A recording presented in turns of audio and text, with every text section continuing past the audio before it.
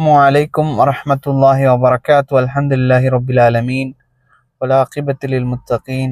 الصلاة والسلام على أشرف الأنبياء والمرسلين وعلى آله وصحبه أجمعين ومن تبعهم بإحسان إلى يوم الدين. أما بعد.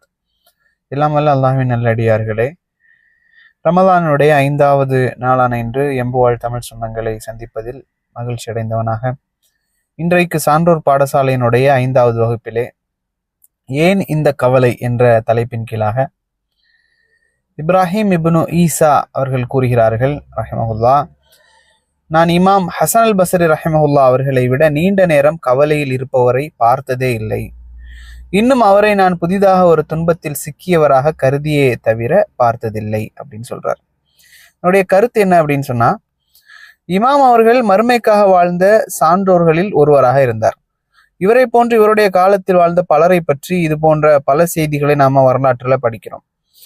வாலிபத்தில் பெரிய போர் வீரராக இருந்து அரசாங்கத்தில் பல பொறுப்புகளில் இருந்து பின்னர் மார்க்க கல்வியை படிப்பதில் பின்னர் மறுமையை பற்றி மக்களுக்கு எடுத்து சொல்வதிலையும் தனது வாழ்க்கையை கழித்தார்கள். உலகத்தை பற்றி மக்களுக்கு புரிய வச்சாங்க. மறுமையினுடைய அந்த நாளின் பக்கம் மக்களை கவனம் செலுத்த வைத்தார்கள். கல்வி திறமைகள் எல்லாம் இருந்தும் அரசாங்க பதவிகள் எல்லாம் விட்டுவிட்டு மறுமைக்கான அமல்களை செய்வதில் அவங்க ஈடுபட்டாங்க. மன்னர்களும் மந்திரிகளும் இமாமுக்கு செய்த மரியாதையோ கொடுத்த மதிப்போ சுப்ஹானல்லாஹ் மிக மிக அதிகம். ஆனால் அவர்களிடமிருந்து உலக லாபங்களையோ உலக வஸ்துக்களையோ இமாமார்கள் பெற்றது கிடையாது. அவர்கள் இறந்த போது அவர்களது வீட்டுல செல்வமோ பொருட்களோ எதுவுமே இல்லை. ஒரு சாதாரண கயிற்று கட்டிலில் விரிப்பு எதுவும் இல்லாம படுத்திருந்தாங்க. இமாம் அவர்கள் இப்படிப்பட்ட வாழ்க்கையை வாழ்ந்ததற்கு காரணம் மரணம் மற்றும் மறுமையை பற்றி அவர்கள் அறிந்தும் புரிந்தும் இருந்ததுதான். அல்லாஹ்வின் தூதர் ஸல்லல்லாஹு அலைஹி வஸல்லம் அவர்களுடைய ஒரு நபி மொழியை சிந்தியுங்கள். யா உம்மத முஹம்மதின் வல்லாஹி லவ் தஅலமூன மா அலமு லதலிஹுக்கும் கலீலன் வலபக். யா உம்மத முஹம்மதின் வல்லாஹி லவ் தஅலமூன மா அலமு لضحكتم قليلا ولبقيتم كثيرا.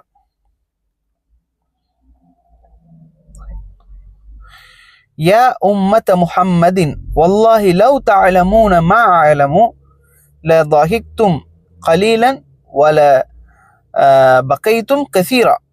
முஹம்மதினுடைய உம்மத்தே, அல்லாஹ்வின் மீது சத்தியமாக நான் அறிவதை நீங்கள் அறிந்தால் குறைவாகவே சிரிப்பீர்கள், அதிகம் அழுதிருப்பீர்கள் அப்படின்னு வரக்கூடிய செய்தியை சஹீல் புகாரில் நாம் பார்க்கிறோம்.